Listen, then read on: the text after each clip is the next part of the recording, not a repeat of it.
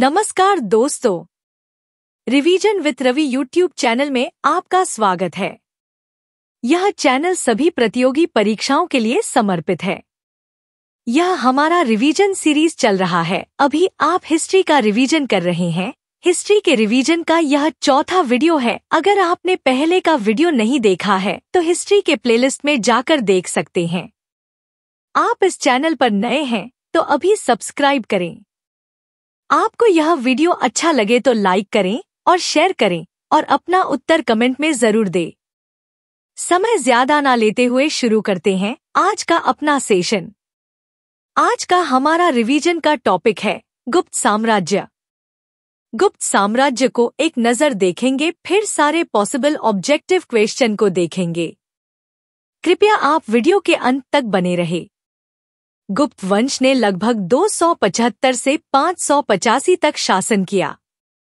गुप्त वंश की स्थापना लगभग 275 में श्रीगुप्त द्वारा की गई थी, किंतु गुप्त वंश का प्रथम शक्तिशाली शासक चंद्रगुप्त प्रथम था, जिसने 319 से 335 तक शासन किया।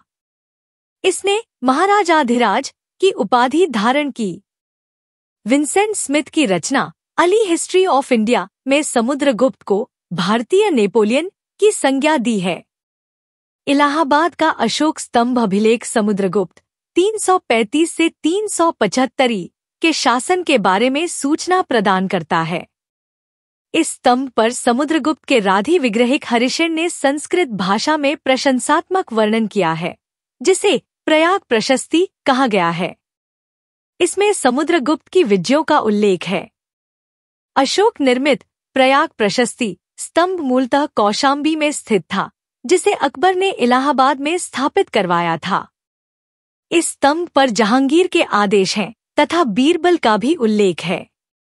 गुप्त शासक चंद्रगुप्त द्वितीय विक्रमादित्य 375 से 415 का एक अन्य नाम देवगुप्त मिलता है। मेहरौली लेख के अनुसार चंद्रगुप्त द्वितीय ने विष्णुपद पर्वत पर विष्णु ध्वज की स्थापना कराई थी। दिल्ली में मेहरौली नामक स्थान से मेहरौली लौह स्तंभ लेख प्राप्त हुआ है, जो वर्तमान में कुतुब मीनार के समीप है। गुप्त सम्राट चंद्रगुप्त द्वितीय विक्रमादित्य को शक विजेता कहा गया है। पश्चिम भारत के अंतिम शक राजा रुद्रसिंह III को चंद्रगुप्त द्वितीय विक्रमादित्य ने किया था। शकों को हराने के कारण चंद्रगुप्त विक्रमादित्य की एक अन्य उपाधि शकारी भी है। उसने इस उपलक्ष्य में चांदी के सिक्के भी चलाए। चांदी के सिक्कों को गुप्त काल में रूपक कहा जाता था। चंद्रगुप्त द्वितीय विक्रमादित्य के कुशल शासन की प्रशंसा चीनी यात्री फाहियान ने भी की है। इनके नवरत्नों की प्रसिद्धि सर्वकालिक रही है। नवरत्नों में सर्वोत्कृष्ट महाकवि कालिदास थे, महान चिकित्सक धन्वंतरी, तीसरे खगोल विज्ञानी वराहमिहिर, चौथे कोशकार डिक्शनरी निर्माणकर्ता अमर सिंह, पांचवें वास्तुकार शंकु, छठवें ज्योतिषी क्षपणक, सातवें विद्वान व्याकरणज्ञ वरुचि, आठवें जादूगर वेताल भट्ट तथा नौवें रत्न महान कूटनीतिज्ञ घटकर पर थे। कुमारगुप्त प्रथम महेंद्रादित्य चंद्रगुप्त द्वितीय का पुत्र लगभग 415 से 455 के समय में चंद्रगुप्त द्वितीय के गुप्तकालीन सर्वाधिक अभिलेख प्राप्त हुए हैं, जिनकी संख्या लगभग 18 है। बिलसर अभिलेख में कुमारगुप्त प्रथम तक गुप्तों की वंशावली प्राप्त होती है। बंगाल के 3 स्थानों से कुमारगुप्तकालीन ताम्रपत्र प्राप्त होते हैं। ये हैं धनदेह ताम्रपत्र, दामोदरपुर ताम्रपत्र तथा बैग्राम ताम्रपत्र। कुमारगुप्त की स्वर्ण, रजत तथा ताम्र मुद्राएं प्राप्त होती हैं।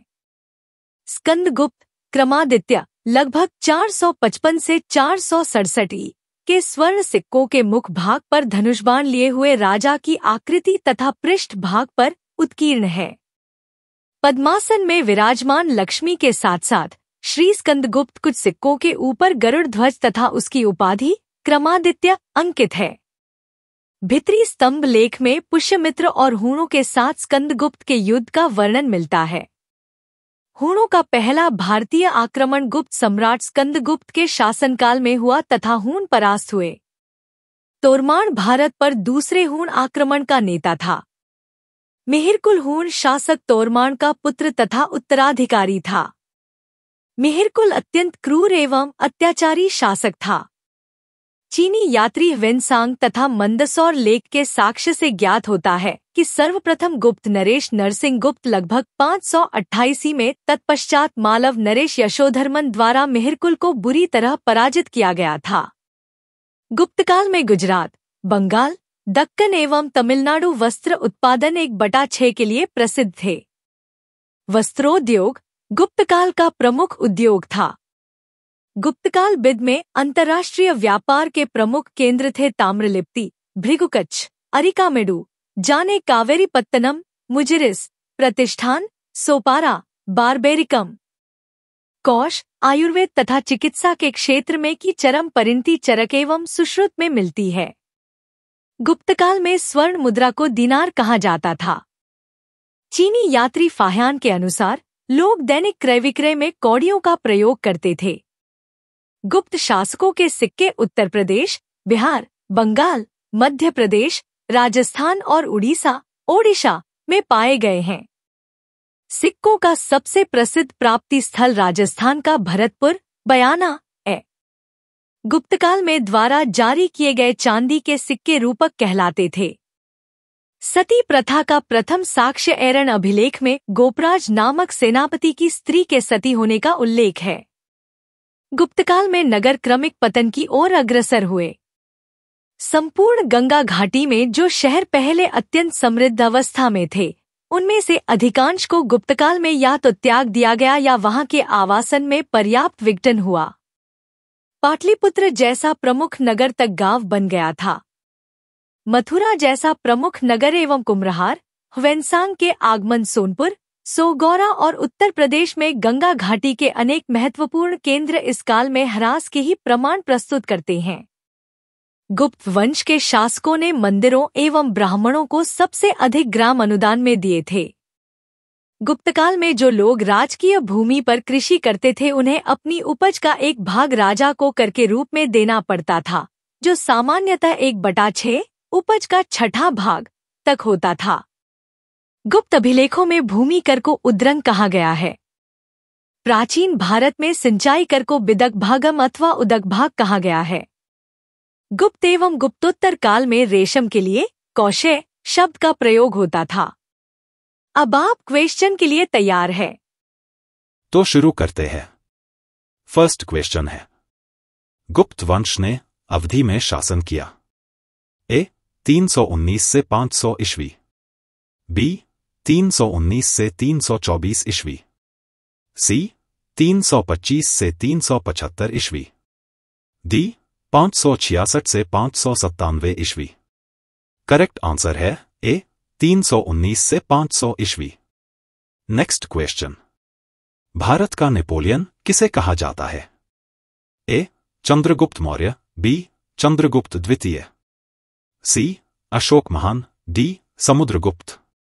करेक्ट आंसर है डी समुद्रगुप्त। नेक्स्ट क्वेश्चन, प्रथम गुप्त शासक जिसने परम भागवत की उपाधि धारण की वह था? ए चंद्रगुप्त प्रथम, बी समुद्रगुप्त, सी चंद्रगुप्त द्वितीय, डी श्रीगुप्त। करेक्ट आंसर है B Samudragupta. Next question, Samudragupta के प्रयाग प्रशस्ति में कोसल के शासक का क्या नाम था? A Shivagupta, B Someshwar Dev, C Mahendra, D Mahipal. Correct answer है C Mahendra. Next question, Samudragupta के प्रयाग प्रशस्ति वाले स्तंभ पर निम्नलिखित में से किसका लेख मिलता है?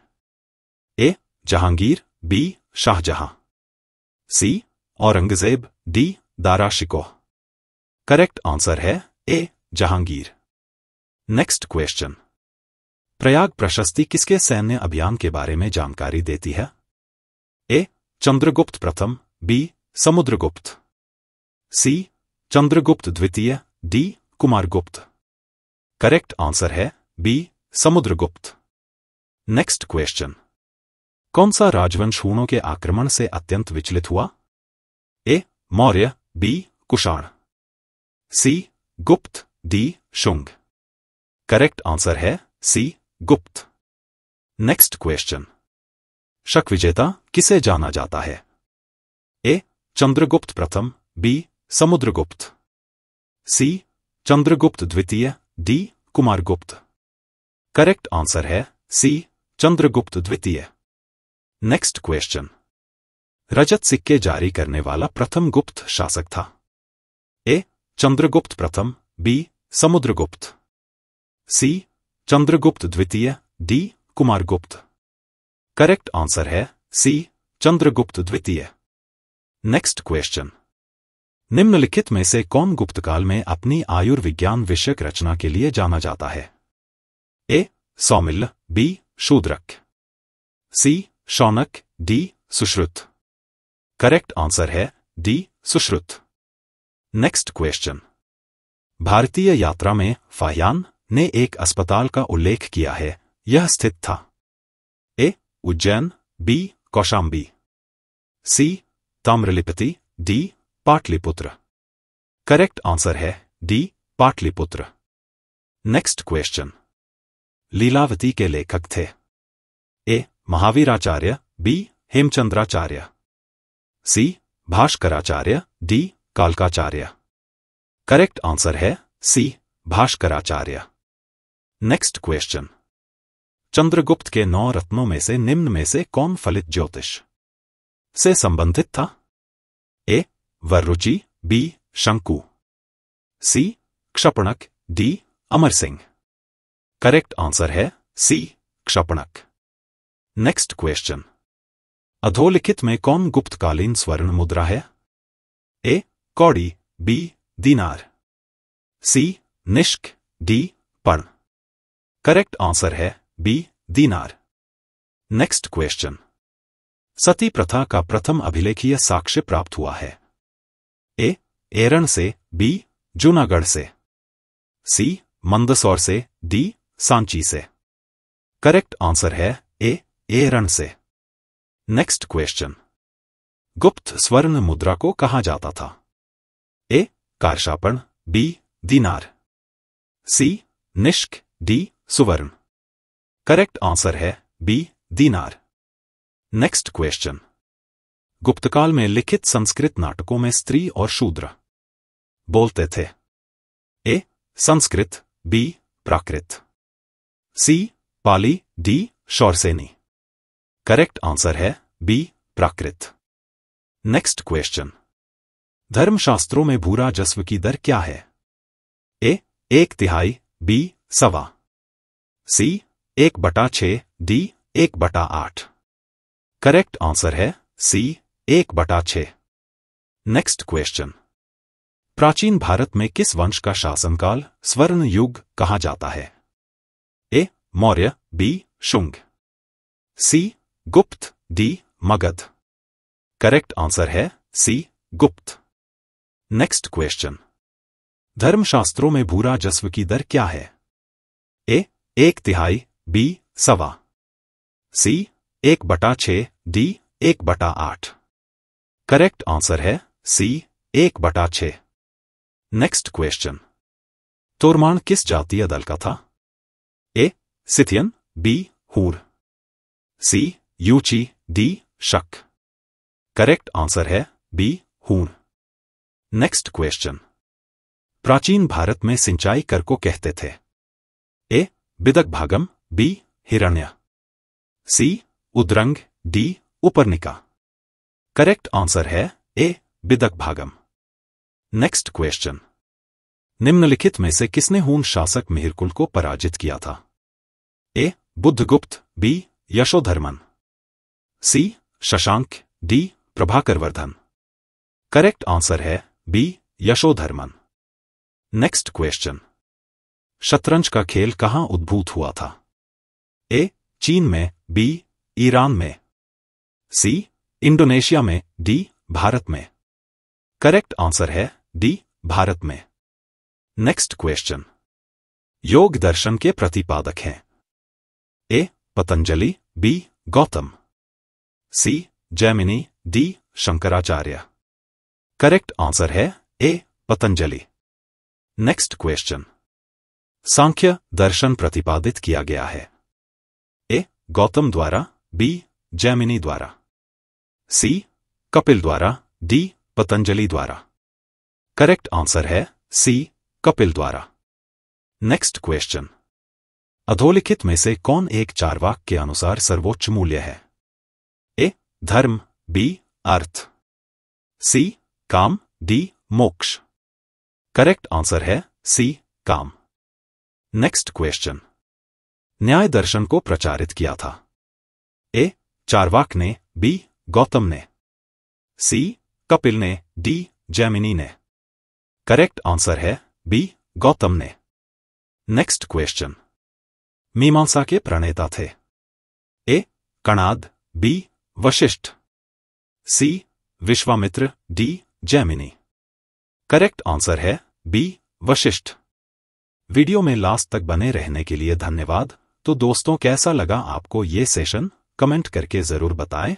वीडियो अच्छा लगा तो वीडियो को लाइक करें और शेयर करें अपने दोस्तों, भाई बहन और कंपटीशन की तैयारी कर रहे रिश्तेदारों के साथ, और चैनल को सब्सक्राइब करना ना भूलें ताकि वीडियो का अपडेट आपको मिलते रहे।